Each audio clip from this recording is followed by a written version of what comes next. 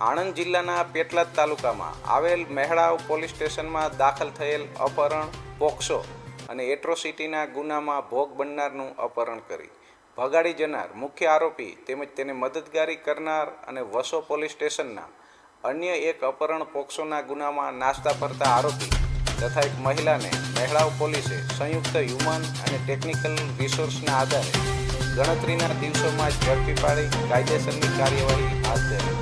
આ સફળ કામગીરી મહેડાવ પોલીસ સ્ટેશનના પીઆઈ એ.જે. ચૌહાણ, અવમુખ હેડ કોન્સ્ટેબલ ગોપાલભાઈ, ભીખાભાઈ, મૃગેશભાઈ, ધનજીભાઈ અને જોઈતાભાઈ, હીરાભાઈ દ્વારા કરવામાં આવી હતી.